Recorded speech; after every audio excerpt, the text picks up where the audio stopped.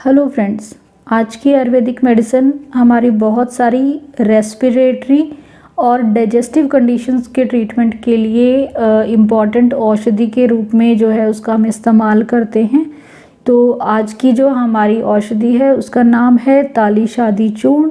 तालीशादी चूर्ण बहुत सारे बेनिफिट्स इसके बताए गए हैं, जैसे कि मोटे तौर पे हमने कहा कि रेस्पिरेटरी और डाइजेस्टिव कंडीशंस के लिए हम इसका प्रयोग करते हैं। लेकिन जैसा कि हम हमेशा करते हैं कि किसी भी औषधि के बारे बेनिफिट जानने से पहले हमें उसके कंटेंट्स की जानकारी ज़रूरी है।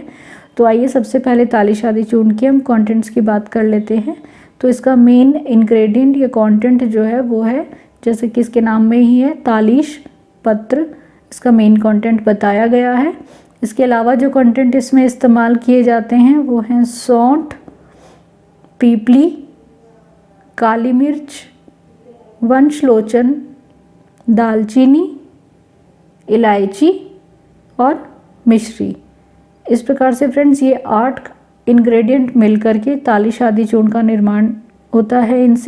इनके सबकी इक्वल क्वांटिटी में जो है उनको अच्छे से छाया में सुखा करके इन औषधियों का चूर्ण किया जाता है और इस प्रकार से आपका तालीशादी चूर्ण बनके तैयार हो जाता है। जहाँ तक डोजेज की बात है, तालीशादी चूर्ण की डोज एडल्ट्स के लिए 2 से 3 ग्राम की मात्रा में आप उसको प्रयोग कर सकते हैं। अनुपान के तौर पे तालीशादी चूर्ण के लिए आप शहद का प्रयोग करें, मक्खन का या घी का प्रयोग भी कर सकते हैं और जो 2 से 3 ग्राम की मात्रा है उसको आप सुबह शाम प्रयोग कराएं।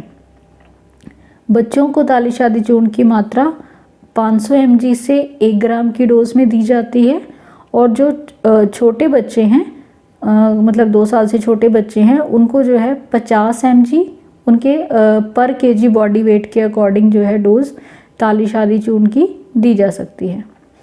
और फ्रेंड्स ये तो है इसकी डोज और इंग्रेडिएंट्स की बात। इसके बाद इसके बेनिफिट्स देखना भी ज़रूरी है, क्योंकि ये हमारे जो सिस्टम के लिए बहुत ही फ़ायदेमंद औषधि है।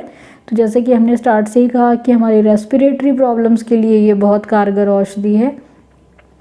तो इम्पॉर्टेंटली ये कौन से टाइप की रेस्पिरेटरी डिजीज़ में काम करती है वो देख लेते हैं। तो तालीशादी चूर्ण का जो प्रयोग है वो आपकी कॉमन जो कोल्ड की समस्या है, गले में खराश होना, खांसी होना या जो फ्लू की समस्या है जिसमें बहुत छींकें आती हैं, बुखार, सिर दर्द होने लगता है, तो ये वाली समस्या के लिए तालीशादी चूर्ण बहुत ही अच्छी औषधि बताई गई है। तालीशादी चूर्ण अब किस प्रकार से काम करता है, ये आपकी चेस्ट और आपकी नाक में जो कंजेशन हो जाती है म्यूकस की, या जिसको हम रेशा बोलते हैं, उसको दूर करता है। आपके डिस्चार्ज को, नाक से जो डिस्चार्ज हो रहा है, जो ज़ुकाम हो रहा है, उसको रोक देगा, जिससे आपकी ब्रोंकाइटिस की समस्या, आपकी साइनसाइटिस की समस्या और इवन आपके अस्थमा की समस्या में भी आपको बहुत ज़्यादा इससे रिलीफ मिलेगा। इसके बाद फ्रेंड जो कोल्ड में, फ्लू की समस्या में या फिर इन्फ्लुएंज़ा किसी को हो जाता है, तो जो ये इस प्रकार की जो ज़ुकाम वाली समस्या है जिसमें आपकी जो आपका नेज़ल डिस्चार्ज है और आप बहुत इरिटेटिंग फील करते हैं, ऐसी समस्या में जब साथ में फीवर भी ऐड हो जाए तो तालीशादी चूर्ण अपना बहुत अच्छा असर दिखाता है। तो कहने का मतलब है कि रेस्पिरेटरी इन डिजीज़ की वजह से जब साथ में फीवर अपना असर दे रहा हो तो तालीशादी चूर्ण बहुत प्रभावकारी औषधि के रूप में काम करता है।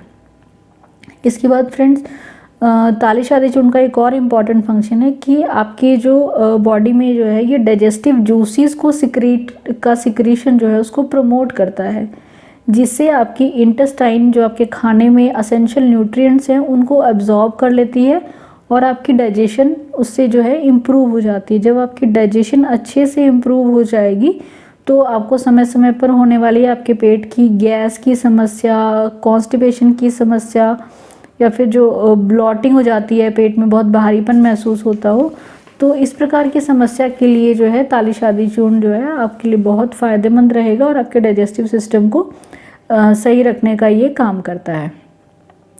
एक और बहुत इरिटेटिंग समस्या डाइजेस्टिव सिस्टम से जुड़ी हुई रहती है, जिसको मेडिकल टर्म्स में हम इरिटेबल बाउल सिंड्रोम कहते हैं। इरिटेबल बाउल सिंड्रोम में कभी तो आपको बहुत डायरिया हो जाएगा, लूज मोशन स्टार्ट हो जाएंगे, या फिर एकदम ही कॉन्स्टिपेशन हो जाती है। तो तालिश आदि चूर्ण में क्योंकि त्रिकटु का प्रयोग किया जाता है जिसमें कि सौंठ, मरीच और पीपली की प्रेजेंस है, तो इस त्रिकटु की प्रेजेंस के कारण से ये आपको ये इरिटेबल बॉल सिंड्रोम की जो पेनफुल डिजीज़ है और जिसमें बार बार से आपका जो है सिस्टम स्विच हो जाता है डायरिया या फिर कॉन्स्टिपेशन की तरफ, उसके लिए बहुत इम्पॉर्टेंटली जो है ये काम करती है। तो आप अपनी IBS की समस्या के लिए भी जो है इसका प्रयोग कर सकते हैं। इसके बाद फ्रेंड डाइजेशन की एक और समस्या रहती है कि आपको भूख नहीं लग रही है या फिर लग रही है तो आप वो भूख को दबा देते हैं, जिसको एनोरेक्सिया नर्वोसा एक डिजीज़ का रूप ले लेती है। ये ईटिंग डिसऑर्डर इसको हम कहते हैं। तो ऐसी किसी भी समस्या के लिए अगर आप तालिश आदि चूर्ण का प्रयोग कराते हैं तो डेफिनेटली जो है इसमें बहुत अच्छा इफ़ेक्ट लेकर आती है और आपकी डाइजेशन के साथ साथ जो है आपकी जो पूरी बॉडी की अपीयरेंस है उसको भी चेंज करने में हेल्प करेगी। क्योंकि जैसा कि कहा भी गया है कि अगर आपकी डाइजेशन अच्छी है, जो आप खा रहे हैं वो चीज़ आपकी बॉडी में अच्छे से एब्जॉर्ब हो रही हैं, आपको कोई गैस की कब्ज़ की समस्या नहीं रह रही है, तो आपकी जो फिज़िकल अपीयरेंस के साथ साथ आपके चेहरे का ग्लो भी बढ़ता है। तो ये सब चीज़ देखते हुए तालिश आदि चूर्ण जो है बहुत ही इम्पॉर्टेंट औषधि है और अपना पार्ट बहुत अच्छे से प्ले करती है। तो आप भी जो है फ्रेंड्स अपनी डिफरेंट जो है रेस्पिरेटरी और डाइजेस्टिव प्रॉब्लम्स के लिए तालिश आदि चूर्ण का ज़रूर से प्रयोग कर सकते हैं। और इसके बाद फ्रेंड जो है इसका थोड़ा साइड इफ़ेक्ट की भी हम बात कर लेते हैं। वैसे तो साइड इफ़ेक्ट के तौर पे जो है कुछ तंग नहीं करती है तालिश आदि चूर्ण, स्टिल किसी भी चीज़ का अगर आप ओवर यूज़ करते हैं तो उससे आपको बचना चाहिए। इसीलिए हम बार बार कहते हैं कि आपको डॉक्टर की सलाह के साथ ही कोई भी मेडिसिन, चाहे वो आयुर्वेदिक है या वो एलोपैथी भी है, तो उसको जो है तभी इस्तेमाल करना चाहिए। तो अगर आप तालिश आदि चूर्ण पे आते हैं, तालिश आदि चूर्ण को अगर ओवर यूज़ करेंगे तो उससे गैस्ट्राइटिस हो सकता है या फिर आपको जो है पेट में थोड़ी बर्निंग सेंसेशन हो सकती है। तो आप ओवर यूज़ नहीं करें, एक जो डोजेज जैसा कि हमने बताई हैं और आपके डॉक्टर्स की सलाह के साथ आप ज़रूर तालिश आदि चूर्ण के फ़ायदे उठा सकते हैं। तो आप ज़रूर इसको इस्तेमाल करें, अपने फैमिली फ्रेंड्स में इस्तेमाल कराएं और स्वस्थ बने। उम्मीद है फ्रेंड्स आपको आज की जानकारी पसंद आई होगी। जानकारी पसंद आई है तो प्लीज़ चैनल को लाइक, शेयर व सब्सक्राइब कर दें। Thank you so much friends for watching. Stay healthy, live well.